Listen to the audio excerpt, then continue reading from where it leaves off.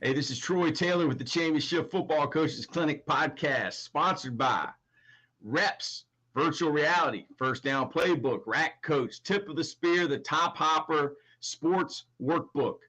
And today we have on Coach Tony Rozier.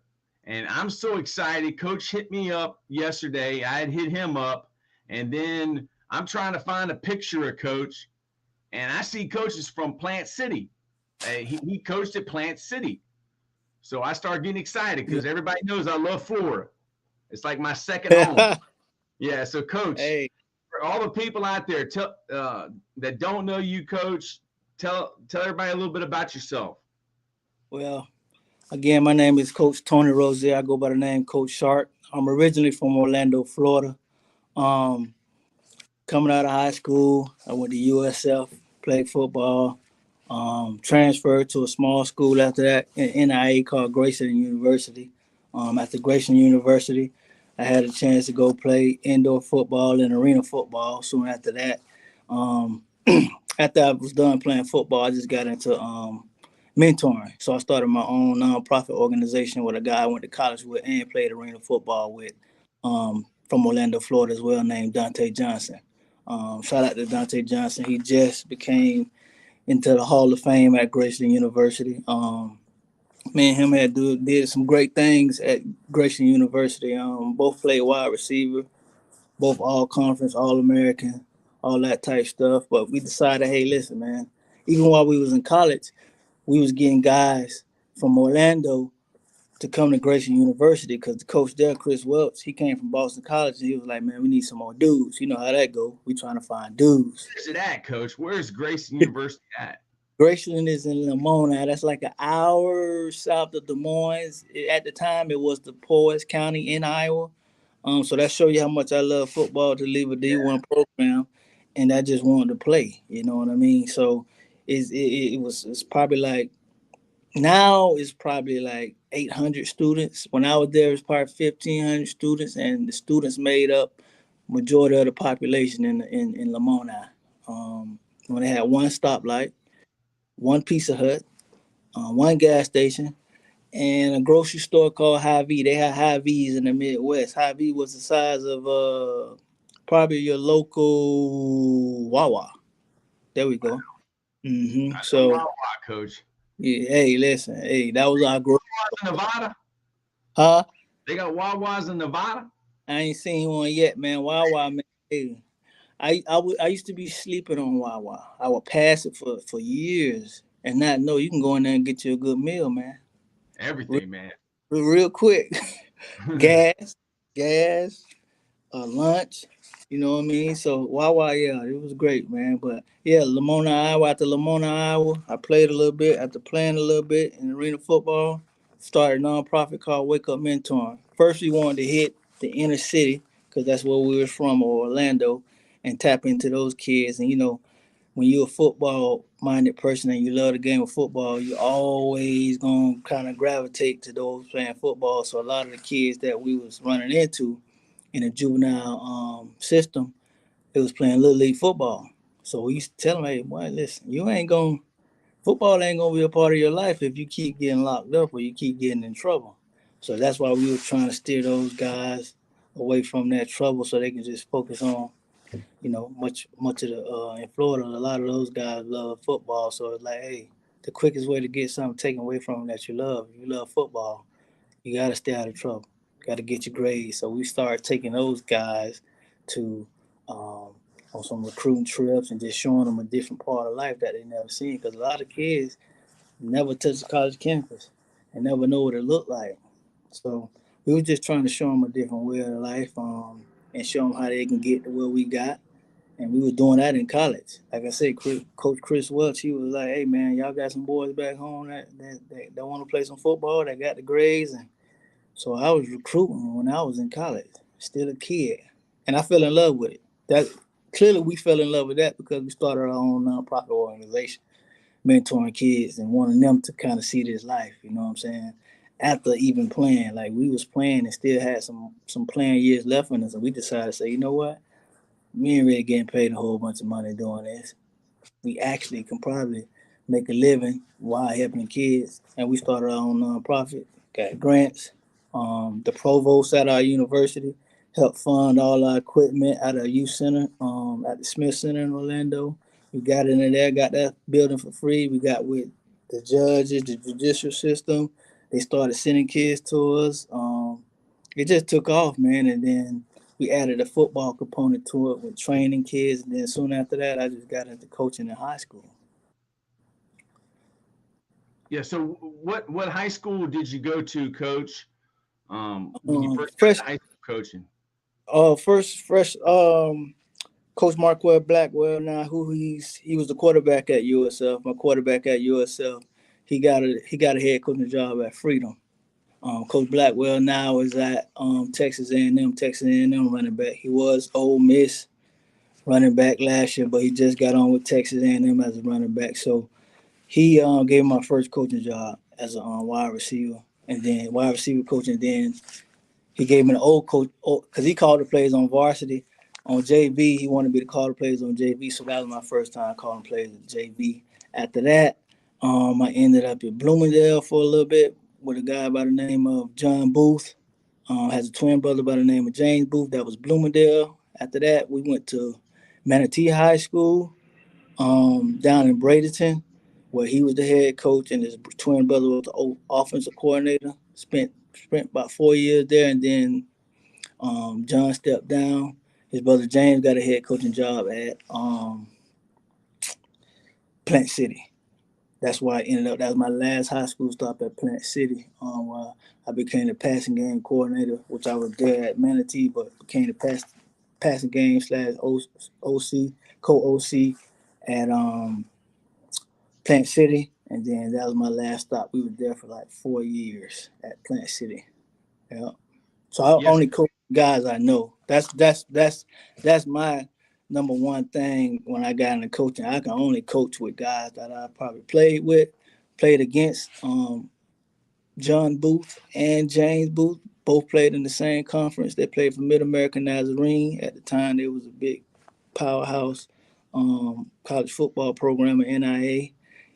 And Yeah, man, that's what I did, man. When I coached, I always told myself I can only coach with guys that I believe in, guys that I know I can follow, and guys that I can learn from.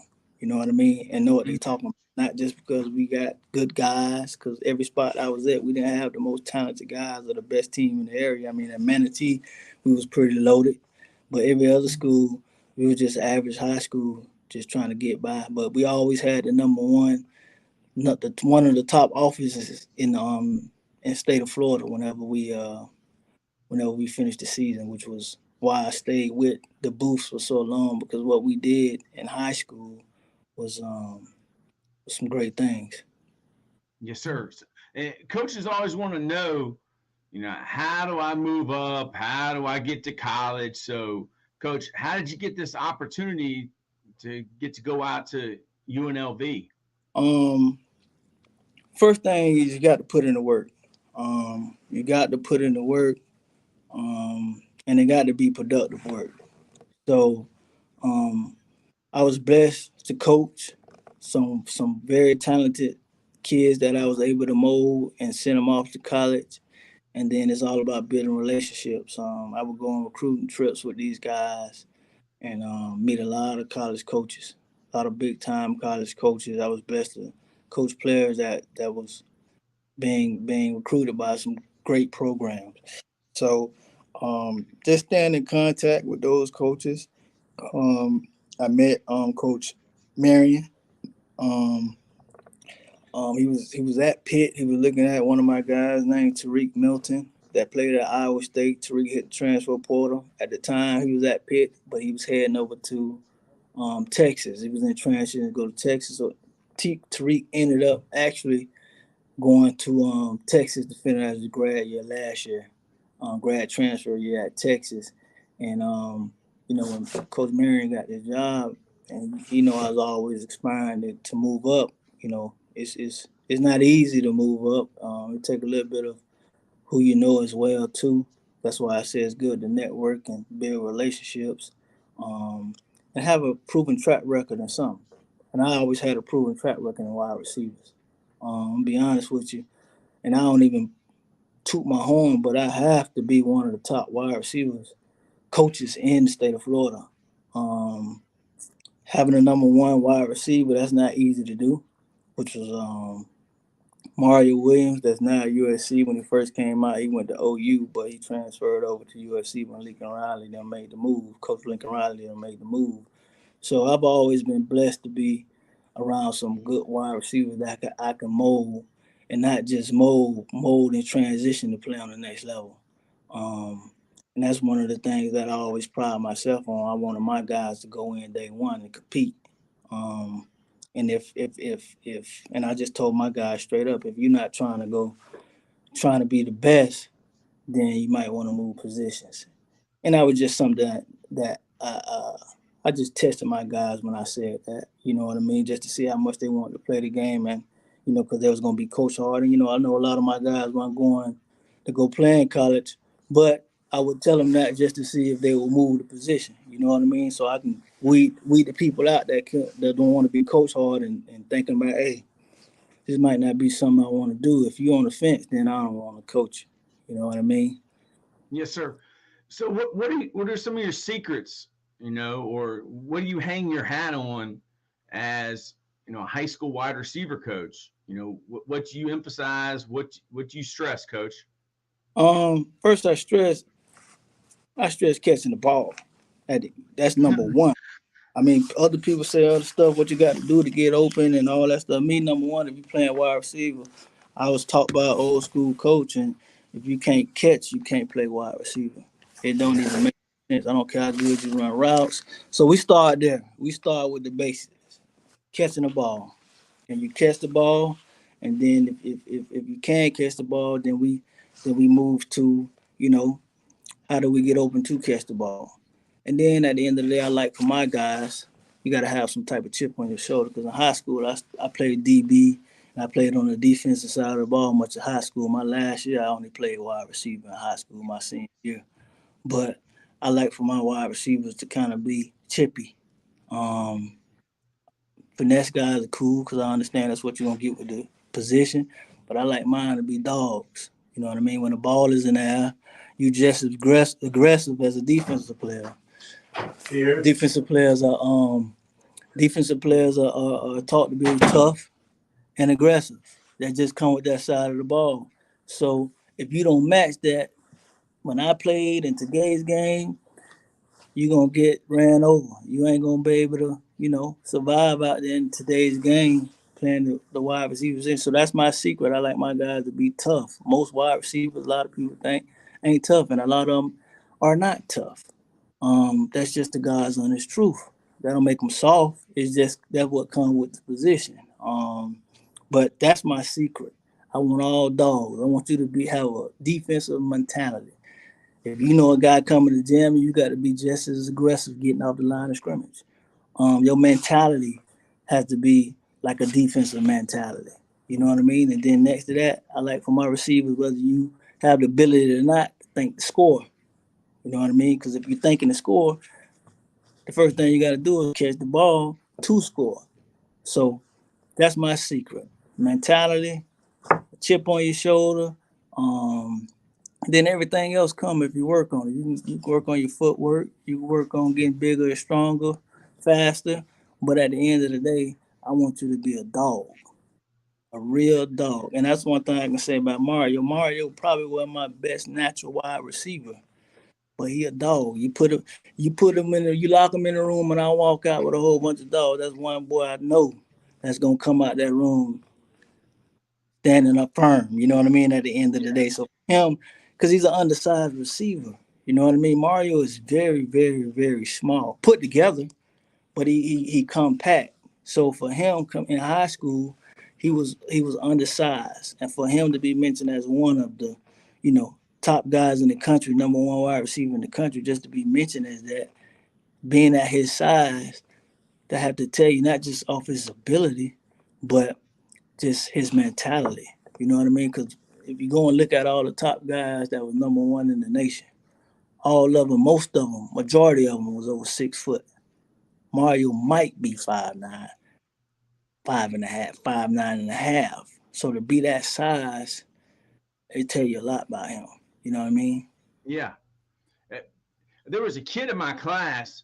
He asked the college coach, it was Daryl Blackstock, um, who is a receiver I can watch to get better.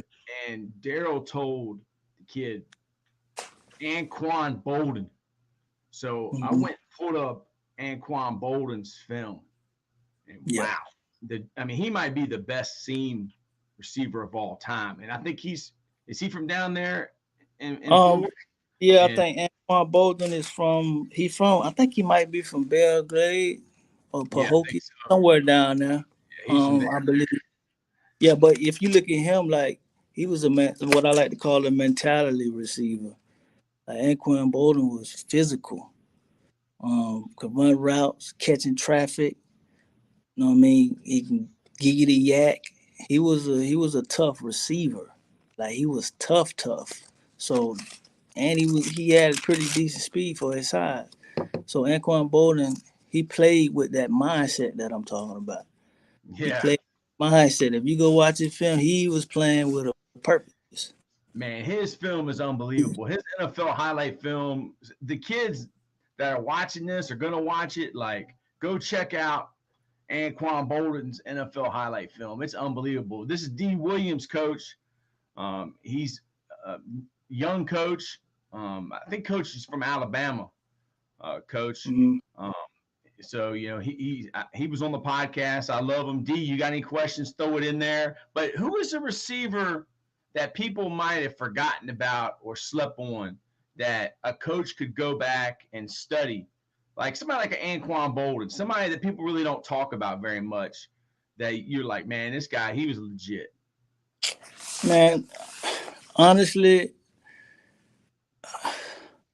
and he shouldn't be a sleeper. It should look, but time go by, you kind of forget about coach. I mean, players. Man, Chris Carter. Um, when you Yeah. talk about catching the ball, like not dropping nothing. Like now, you watching the NFL, it's more drops probably than we ever seen. Now we see some amazing stuff, but we also do see a lot of drops. But back when Chris Carter played, man, like his catch radius, and he was the first. Like people talking about all this one hand. Yeah, I see it, but that ain't nothing new. Chris Carter was catching lasers with one hand. So people got to go back and watch some of these older guys and get back to the basics of the position sometimes, because there's a lot of stuff that going on, flash, and that's great. You know what I mean? That's great. But if you go back and watch Chris Carter take his catching ability, man, listen, and then you go back and watch Hines Ward physicality. You know what I Mm-hmm. mean? All the young guys gonna watch the new guys, but if you go back, that's what I was telling all my wide receivers. I would keep them. Yeah, y'all can like the new guys. That's fine. Cool. I like them too. They wow me just like they wow you. But go back and watch some of these older wide receivers who was getting massacred in traffic Oh yeah. and, and still coming down with the ball. Like a one-handed over the middle back in the day is not the same one hand over the middle today. Being exposed back in the days is not the same as being exposed now to catch the ball. They would take your head off. You Oh, had to be a tough wide receiver back then to play the game. You know what I mean? So I would tell my guys to go watch older guys, because they're gonna watch the new guys. They're gonna watch all the social media. They play it all day, every day. Twitter, you can go see the new guys, but go back and watch the Chris Carters, Hines Ward. here's one. You know what I Steve mean? Smith. Man, Steve. this Steve Smith was a blend of, man, pit bull. You know what I mean? Like he. I don't really think that. OBJ, who you taking? Some kids are Who? telling me OBJ over What you Steve say? Smith. OJ. Steve Oh, Smith or OBJ? man, I'm taking Steve Smith. Man, I don't think Steve Smith ever been hurt at his size. I mean, yeah. I'm pretty sure he got hurt, but he He he got hurt like one of his last years, and he came yeah back. yeah, but his career is consistent. You know what I Oh, mean? Very consistent, undersized dog receiver. Period. Period. It ain't gonna be too many that come with his skill set and what he possessed. He played with that chip on his shoulder. He played with, he had a chip on his shoulder. He'll fight anybody. Like right now, too, man. I don't think he lost a fight. but That's, he was that's legit, he's man. one of my type receivers. You know what I mean? He's definitely one of my type receivers. So I'm taking out. Like, listen, I don't have nothing against OJB. You know what I mean? At all. Mm-hmm. But against Odell Beckham Jr., man, he's a great wide receiver. But when you talk about him versus Steve Smith, I gotta go with Steve Smith. Yeah. I got So, to. yeah. So I always like. I mean, Randy Moss probably is like the gold standard. Jerry Rice. But what are the different types of receivers? Because you got some guys that are tall. You got some guys that are small. You got some guys who are small, fast guys. Then you got some guys who are possession guys. Like, in your mind, when you watch receivers, high school guys, like, Mhm. is there a category? In high school, I mean, yeah, when you go to look at recruits, oh, you know, what are the different categories of receivers to you? Is there one, or are they just all receivers? no, they got different categories because I think you kind of when you recruiting and you're looking at wide receivers, you kind of want a receiver that's able to do you want a receiver that's able to do multiple things, and then you have spaces for guys that's good at only one or two things, and then you might have a guy that might be his bread and butter might be the red zone, so he might be a taller receiver. You know what I mean? But you want your guys to possess all the things you want a receiver to have. But that's why you have numbers. You might say, you know what, we got 4 or 5 speed guys. Now we need like a couple trees. If your room's telling you like, man, we short, we undersized. We need to get a couple tall guys in here. And vice versa. We got a lot of big guys, but we don't got a couple guys that can take the top off. We don't have no shifty guys. I mean, a lot of times nowadays, it don't matter the size. If you go watch Kelsey, he a tight end, but I consider him as a wide receiver. You can line him up. It's your scheme too, your offense that you have too. That tell you what type of guys you need. But I don't think with size, you got size that can jump. Kids that have that shorter stature that can go up and high point the ball. You got tall guys that got wiggle like short guys now. So that's the difference in today's game. You know what I mean? I think before it was I'm gonna go get a big guy. He's not gonna really be all that mobile. But now you can go get a big guy that's mobile and line him up at the slot, or you can go get a tight end that can put his hand down like Kelsey. But then you can move him all the way out, you know what I'm saying, to the sideline if you wanted to, and throw him a screen. You know what I mean? Like this guy is catching a tight end catching screens and making guys miss. So right now, you just go get a guy, and whether he got the size or not that you want, you say, okay, he possesses this, he possesses that. Do we really need? Do we have room to bring in a guy, or do we need to fill a void in this space right here because we trying to do in our offense? You get what I'm saying? So right now, today's game, you can get guys that's got everything, but sometimes you have so much room on your roster, on your space, or in your room, or you might go get a guy that's particularly good at one thing because you need it. You know what I mean? Because you got 2 or 3 or 4 other guys in your offense that's able to do some of the other things. So I might go get this guy. He might not be a possession guy, but he the guy that I send out when I bring him in. He can run a streak or run a 9 route to open up other stuff because he got that type of speed within my offense. If you get what I'm saying. Yeah. So, Coach, you wrote a book. We talked a little bit about this before we went on air. The Mindful Coach. Tell me a little bit about why you wrote the book, The Mindful Coach, and why did you call it The Mindful Coach? And just interested to learn more about this, Coach. Well, well, when I played, I was coached by a lot of old school guys that could care less. Not to say they didn't care about me, but could care less about what I had going on. You know what I mean? Off the field. You know what I mean? And I get it. You know what I'm saying? Everybody got their own lives. When I get off, I got to go worry about my own kids. We here to go to work. That's the football mentality. But now, when I started coaching, I started to see like it's a lot of white kids. You know what I mean? Even the good kids, even the kids that come from tough backgrounds, they want to know why they had to do what they was doing.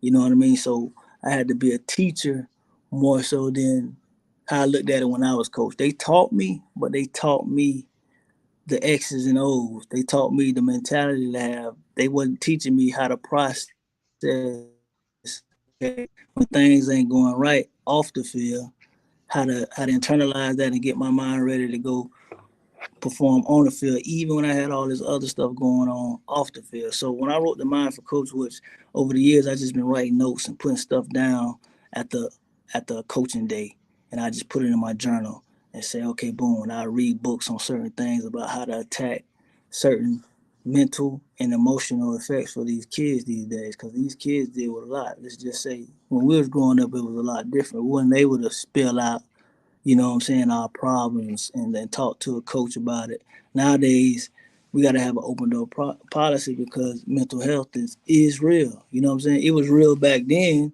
but it wasn't the emphasis on it is like it is now. You know what I'm saying? So now we have to be more mindful as coaches what all these athletes are going through. You know what I mean? It's it's it's it's it's, it's it's good to get on the whiteboard. You got to do that to win ball games. But at the end of the day, you know, the real win, you know, is putting and instilling the right stuff in the youth and the kids today so they can apply it into the real world. Because let's face it, football is very, very short. Even if you make it to the NFL, it's very, very short. They call the NFL not for long for a reason. You know what I mean? So as coaches, you got to be mindful of, okay, we can talk football, but it's a lot of single parent households now. You know what I'm saying? There's a lot of kids that don't have their parents. So a lot of these kids, whether we want the responsibility or not, they look at us like a big uncle, a dad. You know what I mean? More than just a coach. So we have to be mindful of that. You know what I'm saying? So when I put in the mindful coach, it just shows us how to attack things that, you know, that's just beyond the X's and O's. You know what I'm saying? Watching, you know, a kid you know, that's playful and energetic and watching one of the days he not. You know what I'm saying? And then be mindful how we coach that kid and seeing the kids like, okay, this is not the same kid. Let me pull him to the side, see what's going on before, oh, jumping down his throat. You know what I'm saying? Because imagine if you go and sit back, if you go sit back and you think about when you played, when the days you want to be out there, it wasn't because you didn't love football. It probably something probably what was going on outside of football, you know what I'm saying, that made you not seem like you wanted to be there today and put the work in. You know what I mean? I made the mistake. I'm not even gonna lie, I made the mistake as a coach because I can be real and talk about it. I know I done jumped on kids before and thought about it and sat back and thought about it and like that was not their normal pattern of how they attack practice, but I took it as if they don't want to be out there because of football. You know what I mean? A lot of kids don't want to practice or show up to practice and do what they're supposed to do because 9 times out of 10, it might be something going on, whether it's their girlfriend, whether it's their parents, whether they failed the test. But as coaches, we don't even take the time out like, hey, how was your day today? Before practice even start. We might sometimes say it after practice, sometimes. But before the start of practice, we don't, hey, how you doing today? Especially if we see certain signs, certain keys, we don't put them to the side to try to check and try to see, like, hey, what's going on with you today? Not just, oh, I'm jumping down your throat, I'm making you do this because we supposed to do this at practice time, but we got to be more mindful that these kids these days and athletes these days, they do have a lot to process. You know what I mean? Not saying that we didn't, but a lot of coaches didn't focus on those outer things that could affect us on the field.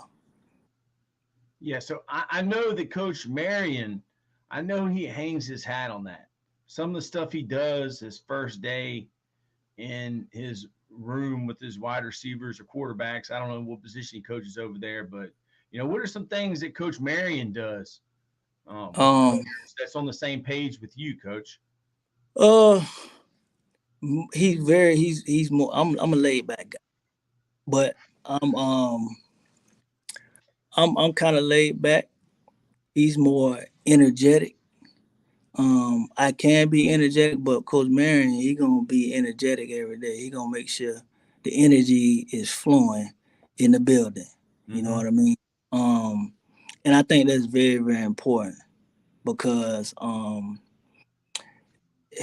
it's easy to say this if this what you want to do, this gonna be what you do if this is what you want to do. Sometimes you gotta put that culture and set that culture in that we're gonna be energetic, right? We're gonna be lively. We're gonna have a good time, but at the same time we're gonna work. We're gonna have a good time, but at the same time we're gonna work. You know what I mean? We're gonna instill that into to our kids. But he's very energetic. He's very, very understanding because you got to understand his background, where he come from, what he went through to get to where he got. You know, he understand the pitfalls. He understand, you know, that it's not easy, and a kid or athlete could be going through something. So he's one of those guys that want everybody to know everybody and know something about everybody. So each day, every day, you know what I'm saying, he'll have at least one or two or three players at a time, even coaches, get up and explain their why. You know what I'm saying? Why they do what they do. So the team knows, you know, what their guys in it for. You know what I mean? Who they going to battle with. So he makes sure every day we touch on, you know, knowing something about your teammate. Just so you know, okay, all right, we got the same interests. We in it for the same things. I'm going to battle what I know what a guy's going what he going to battle for. You know what I mean? So with him, he brings the energy. He wants everybody to know something about each other as a teammate, and that's it. Yes. So, Coach, you as a high school coach, you hung your hat on, getting your guys into school, taking them on visits. Now you're on the college level, you're recruiting, you're working with the receivers, you're working with Coach Marion. But like, what advice would you give a kid who is a rising senior in high school, and let's just say they have a 3.8 GPA and they're a wide receiver? Like, Mm-hmm. what advice would you give that kid? They don't have any offers, but now it's camp season and everything. Is there anything that kid can do to get noticed? Or how would you, what advice would you give that kid if he's listening? Number one, you got a 3.8. Okay. You have a 3.8 and you're not getting noticed on the football field. The first thing I tell a kid that has a 3.8 that's not getting noticed on the football field to hang his hat on that 3.8. Mm, That's the first thing I tell a kid that has a 3.8. Because if I had a 3.8 in high school, my approach probably would have been different. And what I mean by that, you can probably walk into most universities and get a lot of money and get scholarship for your academics. So now, even if you don't get noticed, because it ain't no one thing I could tell you or two or three things I can tell you outside of keep working hard before you get an offer. You know what I mean? If they gonna find you, they gonna find you. They looking. You know what I mean? It might not be in your deck of cards to get an offer if you haven't received an offer yet. Depending on where you at. If you about to become a senior around the office, then I don't know what to tell you. That's just the God's honest truth. And if you're a sophomore, it's still a chance. And if you're a junior, it's always a chance. But if you have a 3.8, you can walk into any university, right?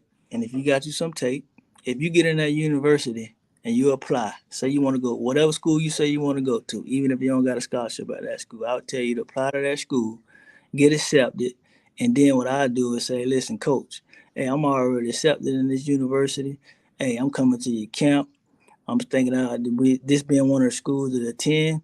Um, and possibly if you have some scholarships, but if I decide here, hey, would I be able to walk on? Because well, let me tell you one thing first.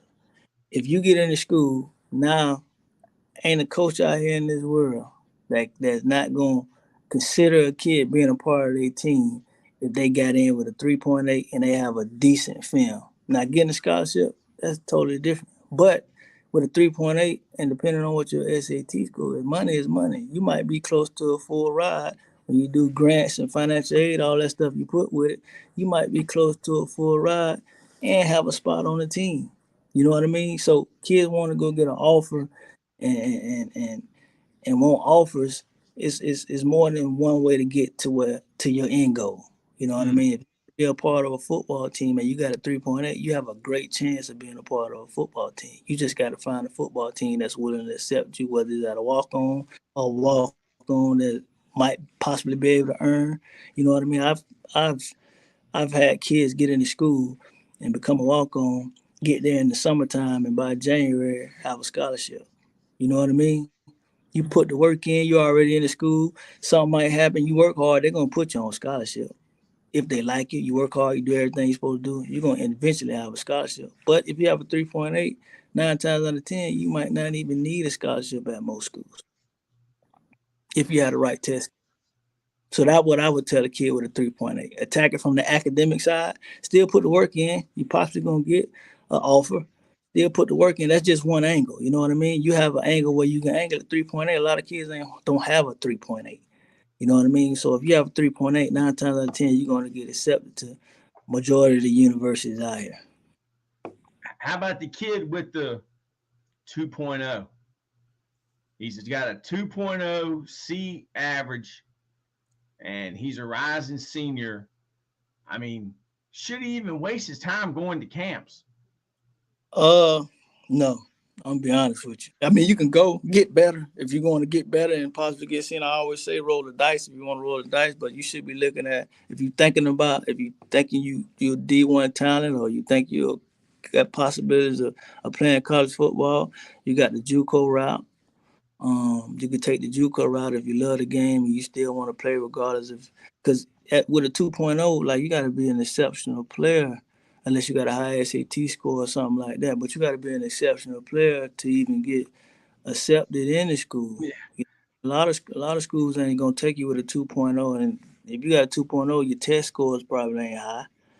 So you being accepted in the school, even if a program wanted you, it'd be hard to get you in because they got bosses, they got compliance, they got school and university rules. A lot of these kids don't know. A lot of these schools they got to take your paperwork, your transcripts to an academic advisor or to a academic personnel person, and they got to go through trying to figure out how we gonna get you in with a 2.0, and a lot of times they can't get you in because they got bosses that sit in administration and like if this kid we can't get this kid in, he don't meet the requirements. You know what I mean? So JUCO might be the best route. So a young kid, freshman, rising sophomore. I mean, make good grades, be a good kid, work hard. I mean, Period. what about these early offers, coach? You know, I see these kids. There's kids in Virginia. They're freshmen, sophomores. They don't even have Virginia and Virginia Tech, but they claim they got South Carolina and Texas. And I mean, I don't even know why they got to come to Virginia. I mean, what's your idea on that, coach? These early offers and their in-state schools haven't even offered. Um, Offers for a lot of kids don't really mean a whole bunch if they ain't committable offers. Mm. Um, I mean, it's good you get them if they real offers. There's a lot of fake offering going on out here just to get kids recruiting going and stuff like that, which ain't nothing wrong with that. But at the end of the day, it's gonna come down to the meat and potatoes. Can you play football or not? And Mm. and early, you got a long way to the end goal is actually getting into college. So, um, you can get an early offer and you can leverage how you want to leverage. I'm not hating on you. You know what I'm saying? If that's how you want to attack the game, but at the end of the day, are those committable offers when it's time to commit? Did you do enough to? Because you still have to build your resume. You still have to put the work in, even though you got an offer. So at the end goal, they say, you still on the same level you was as a freshman or a sophomore. We ain't gonna allow you to commit. You ain't getting bigger. You ain't get faster. We don't see no production increase.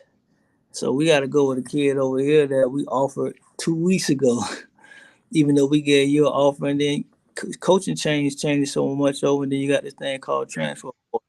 You got this thing called transfer portal out here. So you get an offer If the wrong guy leave at the wrong time, they might not. Even if they really was possibly thinking about bringing you on. If things change and within that year and the kid leave, they might want to hit the portal and go get an experienced guy. They only have one spot, and they got us for an experienced guy. They don't want to. They don't want to take a young kid and develop them. So we got to go get this kid now, and we got to call this kid and say, "Hey, we're sorry, but we had to go in another direction." So getting them early is cool, but you got to understand it's a long race. Which I always tell my players, it's a long race in a game of football. It's a long race. So you rushing to have something that you 2 years really away from is which is cool to have and say you have it, but are you willing to put in the necessary work for those next 2-3 years that you need to put in? So, Coach, you coached one of the best receivers in the country, and I don't know how many offers he had, but Oklahoma, that is pretty good. I mean, they just don't offer anybody. Was he a guy, Mario Williams? Was he a guy that wore a lot of rubber wristbands of all these different colleges? And who is the best player you've ever seen to wear a lot of different wristbands of different schools? And have you ever seen a player who doesn't wear wristbands that's a dog? I'm just asking your opinion on the wristbands, Coach. Is there anything to it in recruiting? You and this wristband thing. Hey, I'm gonna tell you this. And it didn't used to piss me off, but it kind of used to piss me off. But it was a high school. Mario did have wristbands, but Mario he did, but Mario had like 3 or 4. He kept it at a three or four minimum on how many he had. I think kids like the wristbands. I think some kids go overboard with 100 of them on and 50 of them, but Mario had this thing where he had 3, and then he was his top 3. They was his favorite college team. They was, and then 2 he was possibly thinking about going to. And he said he just always wore his favorite college team wristband because that's who the team he liked. But he kept those, and he'll get on the field, warm up, and the referee say tell him he had to come off. And guess who had to hold him when he told him, "Hey, these got to come off." Me. I own his wristbands too, Coach. He could wear as many wristbands as he wanted.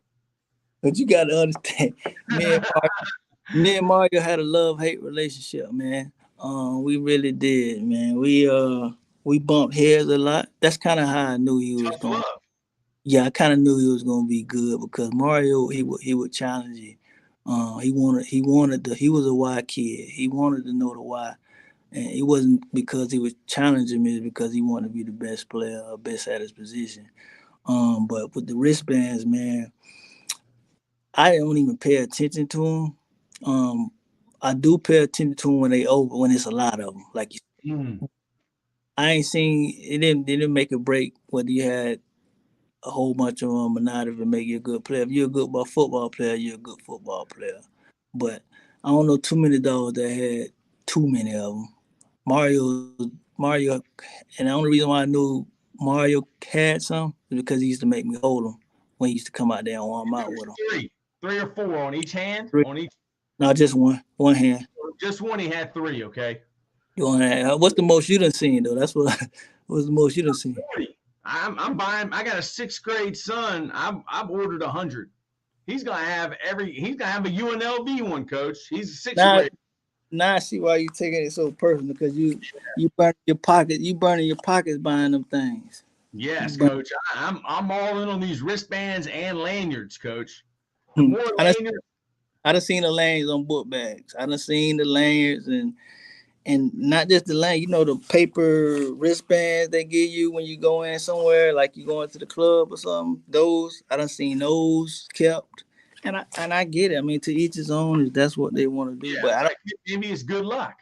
Yeah, I guess it means, or it let people know, like, I've been a few places and I've seen a few things. You know what I'm saying? Yeah. That's pretty cool too if they want to do it and let people know. Kind of like collecting baseball cards or Pokemon or something. And you know what? What about the undersized guys, Coach? Like the undersized offensive lineman, the undersized wide receiver, and they got good grades. and they're a great kid. What can you tell them? And they want to go play football? Heck yeah, they love it. They love it. Man, you better go who gonna let you play. Especially if you're undersized O lineman. I'm just being that's one of the positions where you got to have size. And if you're undersized, you better be damn good. And you better dominate guys bigger than you on film. I mean, that's where the game is won and lost. So if you're undersized and you ain't getting no traction, but you want to play football, you got NAI, you got JUCO. Whoever would take you and you undersized Yes. as a lineman, you go run as fast as you can because that's the one position where it does not matter. If you undersized, you better be damn good. You understand me? Because Yeah. So the spec basically, matter. so The spec it's matter. basically not who they love, it's who loves them. Hey, I tell mine to follow the love.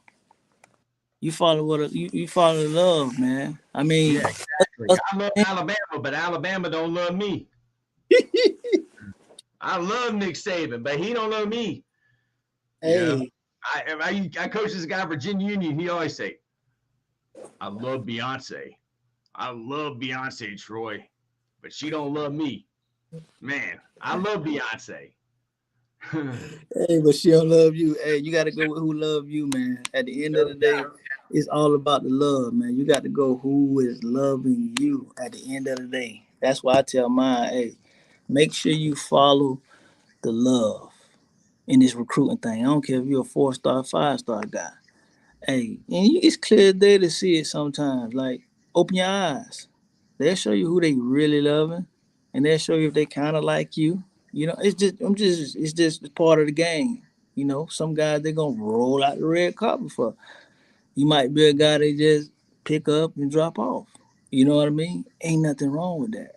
You know what I'm saying? You just got to pay attention and go where the best fit is for you at the end of the day, and whoever loving you is where you want to go. Yeah, coach. I'm just sitting here thinking about, sometimes I guess players or coaches or parents don't want the adversity that comes along the way. But I mean, look at Michael Jordan. I mean, he was cut. Look at Scottie Pippen. He was a water boy on his college team. I mean, Mm-hmm. Dennis Rodman didn't even play high school basketball. Mm-hmm. Tom Brady didn't even start as a freshman on a freshman team that didn't win a game. So, Yep. I mean, do you coach adversity to your players? I mean, I guess it's the mindful coach. I mean, do you make kids aware that, hey man, there's some guys. Aaron Rodgers got told he was a Division III quarterback by Florida State. Right. Right. But I do, and at the end of the day, I mean, kids are human. They want all the glitz and glamour that come with stuff. You know what I mean? They want the best for what they want. They think they should get. You know what I'm saying? And I get that, but you got to look at all the success stories, man. Most of the NFL is 3 stars. You know what I Mm-hmm. mean? So it's like you chasing these stars. You want the end goal to the final thing to be. Oh, I was a 4 or 5 star player that really didn't do much in college, or you wanna be the guy that kept improving and kept working and kept progressing, you know, in the game and getting to your end goal. Because at the end of the day, if you're good and you're as great as you say you're gonna be, it's gonna all work out for you, and like it's supposed to. Like after you get done playing, for me, I thought I was the greatest wide receiver in the world. I was good. You know what I mean? I did my thing. But when you real about the situation, you can go and look back and tell yourself why you didn't get or make a certain level. You know what I mean? And a lot of times it don't have nothing to do with playing ability.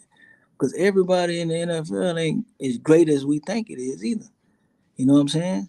So you got to be real with yourself as a football player first. Like, hey, you can't even catch a slant in high school right now and take it to the house. That's how you talk to mine. I Yeah. talk to mine. Yeah, I'm You gonna tell them catching that straight. junk and you ain't cribbing it. What Oh, college you listen, gonna play for? You can't listen, run away man. from high Come school. on, listen. I'm telling you, I kept it real with my. Cause one thing about me as a coach in high school, I was never at like Manatee was one of the top is powerhouse programs. I was never That was the only school where most schools I put the kids out there to play. You understand what I'm saying? I'm gonna give you a chance to showcase, so I can show you and I can show your parents up in them stands what time it is when it's go time under them lights. I don't care what you're doing in practice. I'm gonna give you a chance to show it in the game. Cause I don't need you pounding on the sideline talking about I ain't give you no chance. I'm gonna give you a chance. You say you want to play? Okay. I'm gonna pick the right time where I know you can kind of thrive a little bit, and I'm gonna throw you out there. And if you don't thrive, who fault it is? And the reason why I did that is because you got to look yourself in the mirror now. You can no longer blame me for what's going on. You understand what I'm saying? Oh, coach ain't want to put me in. Coach ain't trying to let me shine. No, I'm gonna let you shine. I'm gonna let you shine because as a coach, we know our players. We know what they're good at. You know what I mean? We know how to put them in a good situation, and I try to do that. And if you fail, is it my fault? Because I played you. I gave you a chance. I gave you a chance, and I wanted to be in the game because that's the only time parents come anyway. They don't come to practice to see what you're doing. Most parents they want to come to the game and fuss and fight about you not being in the game and not playing. Okay, mama, daddy, he in there. Let's see what he do. Let's see what he do. I'm watching too. I'm hoping he do well, but I'm kind of already knowing like what's gonna go down. You know what I mean? But I always, as a coach, I always want to give kids opportunities, man. I definitely want to give kids opportunities to showcase what they can do, so they can say, "Oh, coach didn't play me." You know what I mean? In high school, you can do that. I think. You know what I'm saying? I think you can kind of having kids sit the bench and not playing at all and not throwing them in there at all in the high school level. If you ain't the top 25 program in the country, the top 50 program in the country, you sitting and benching a kid totally and not giving them a chance at all to play the game just because now it's not little league and it's high school now and you want to feel like you want the best chance to win. You a smart enough coach to know when you put a guy in the game to give him a chance to compete, and he been working his butt off to showcase. So now you can use the game as a teaching point and not use practice all the time as a teaching point. You get what I'm saying? Because you want to, because a guy might surprise you. He might be a lights guy.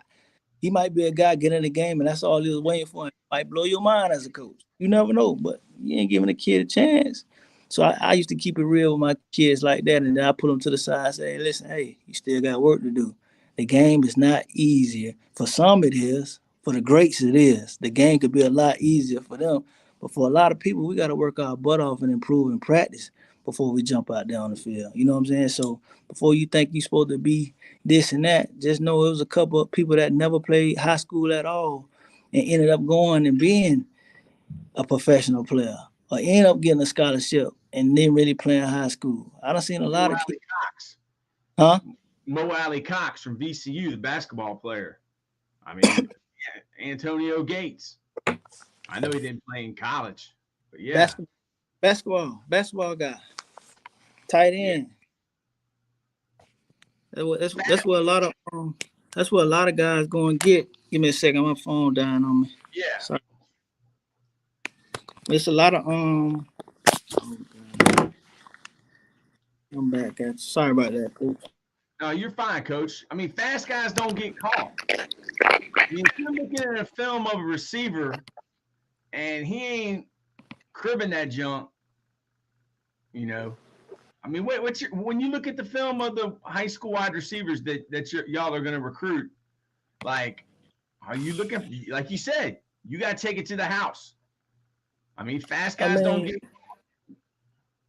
What you think? and the thing is, it's it's it's if you fast in high school and you doing your thing in high school, that don't mean it's always gonna translate over into the collegiate level where everybody's fast and everybody got good speed. You know what I mean?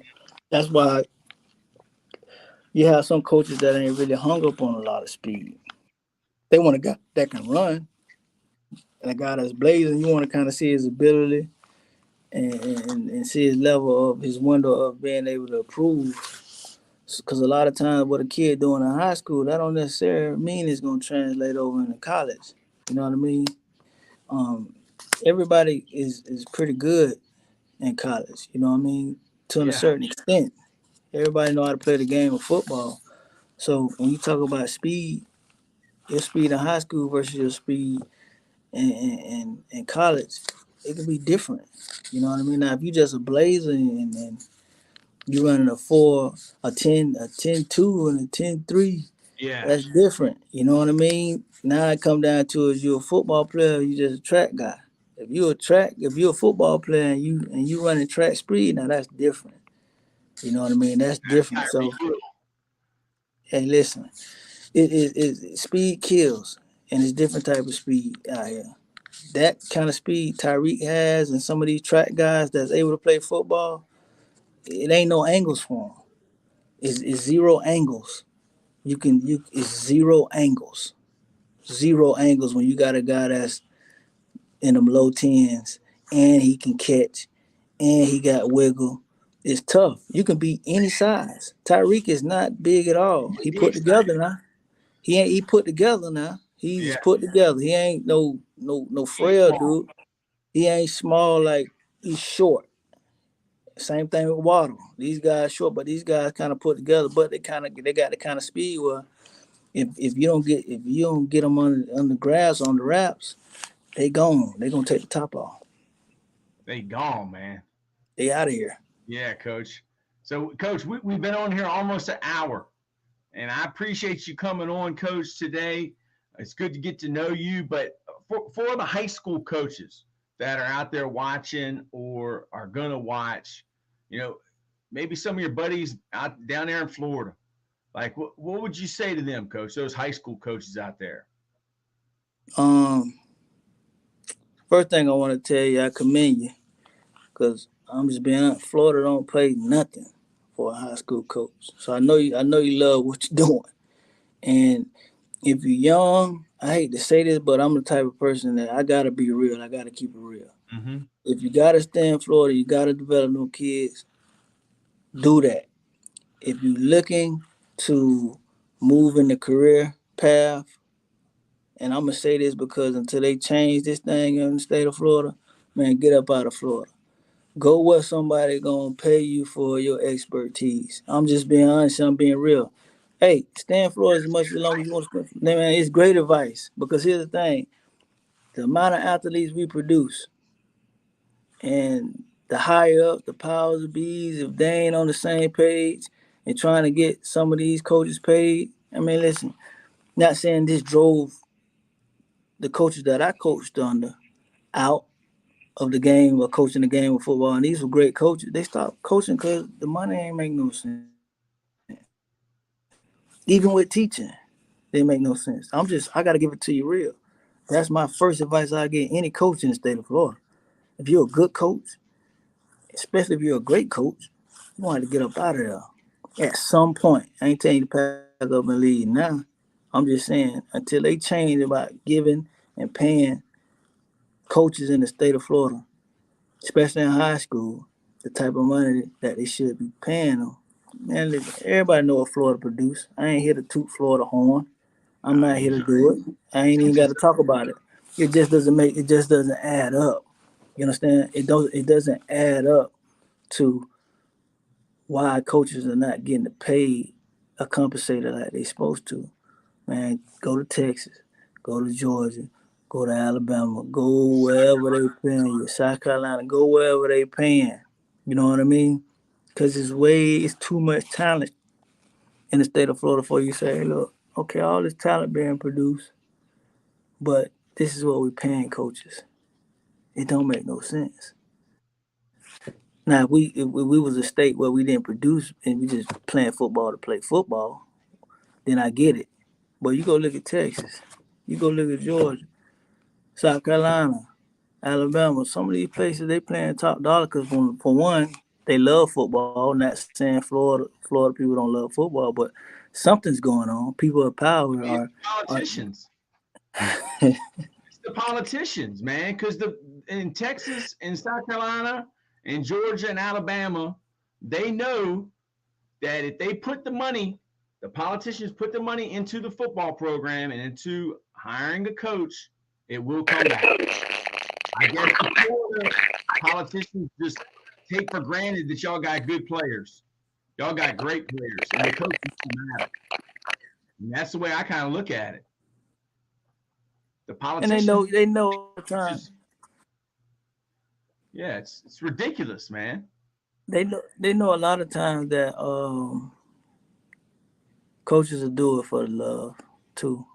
You know what I mean? Yeah. Coaches will do it for nothing because they love the game. They want to give back and they love it. So they plan on that too. But I'm just being honest and being real. Like you trying to be a serious coach, you gotta get out of the state of Florida if you trying to make a living out of doing it.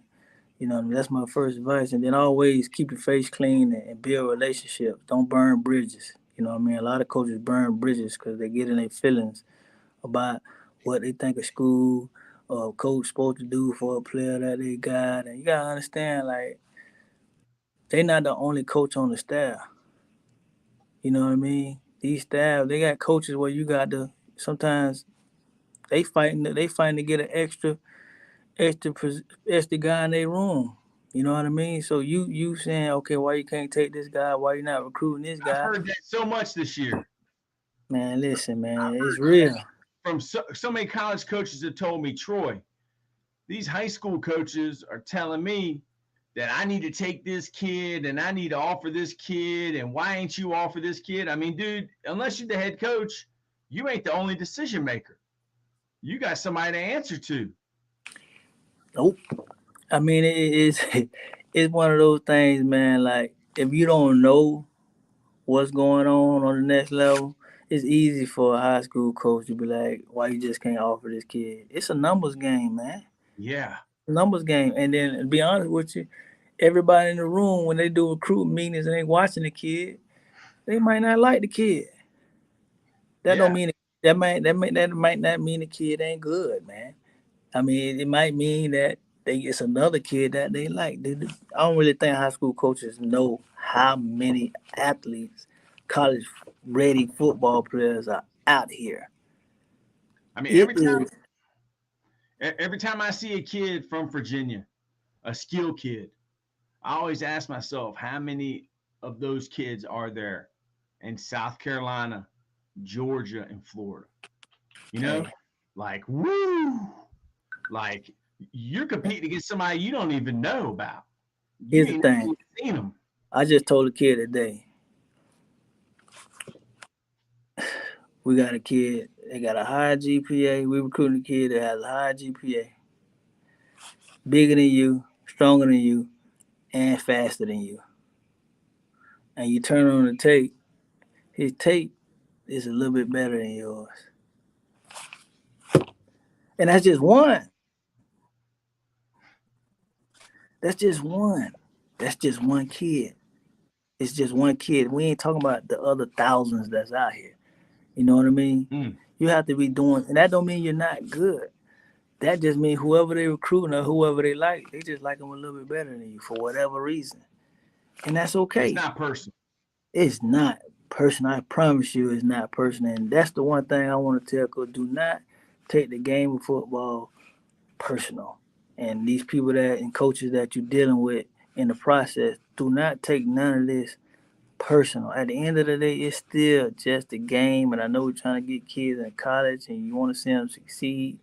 But listen, it is hundreds of thousands of prospects. Have you ever went to a 7-on-7 and just was like, I don't know. I'm banned from 7-on-7s, Coach. I'm not allowed to go to them. Why? You did something. Why? I mean, it's like a riot happens, Coach.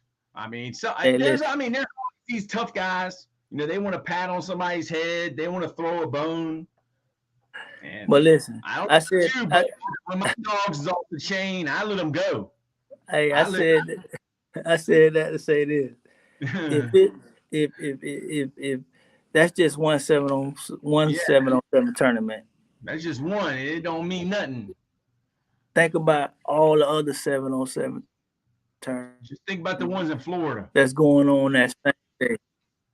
I don't go to them. It's overwhelming, man. It's overwhelming. It's overwhelming. So it's just too much. You can't really tell who the real football players are because basically it's Listen, just. I'll be honest with you. I ain't a fan of 7-on-7 unless you're doing it with your high school team. I'm just being honest. I'm not a fan of it. I'm not a fan of it. If you just getting with guys and you going out that showcase, cool. That get your recreational work in. But I'm not a fan of 7-on-7 unless you're doing it with your high school team and you running the system that you normally run to get better. Now I can't say you ain't getting better by going to get some work. But for me, I like 7-on-7 when it's done with the team that you're going to play with during the To get season. ready for the real game. To You get ready understand? for the real, not a travel team. But that ain't coming. That's coming from a high school coach, though. You understand what I'm saying? That's coming from a high school coach. So I might be a little biased, but for me, if I was a guy that just out here, part one a coach or a little league coach, and then I want to have a 7-on-17 coach, then that's kind of different. Yeah. You know what I'm saying? And sometimes you do get some kind of exposure. A lot of them do a good thing. They take them on college visits. So I ain't knocking 7-on-7 at all. I prefer the 7-on-7 when you're talking about getting work and bettering yourself to showcase to put on your huddle. It's gonna be during the season. You know what I'm saying? When you playing in your regular high school season. That's just me personally. I like that 7-on-7 because I feel like it's gonna help you out more down the road because it's helping you for the season where you can put together something during the game, which the college coaches are gonna watch your huddle. They ain't watching no 7-on-7 film. You cannot pull up. I haven't seen that one person pull up a 7-on-7 film here at the UNLV or UNLV or anywhere else. I haven't. So if I get asked the question, hey, coach, should I film my team 7-on-7s and send them to colleges? What would be the answer that you would recommend me giving to that, coach? No? Personally, I would say no. I mean, high school coaches sending 7-on-7 film. First of all, let me tell you this right now. If you know how the amount of huddles we had to watch through, that's gonna get. Not saying it ain't gonna get seen, but I promise you, it's gonna get seen after all these huddles we have to watch. We got to get through the huddles first. That's endless. Huddles are endless. 7-on-7. They want to watch some real football. I'm being honest with you. Now, if they see something on Twitter that's different real quick, okay, he mossed the kid. Yeah. It might be one play. Catch your interest. Yeah, 7-on-7, man. It's one of those things. At the end of the day, I know for a lot, it keep kids out of trouble too. So I ain't knocking it all. I ain't knocking it. It's during the summer and all this other time.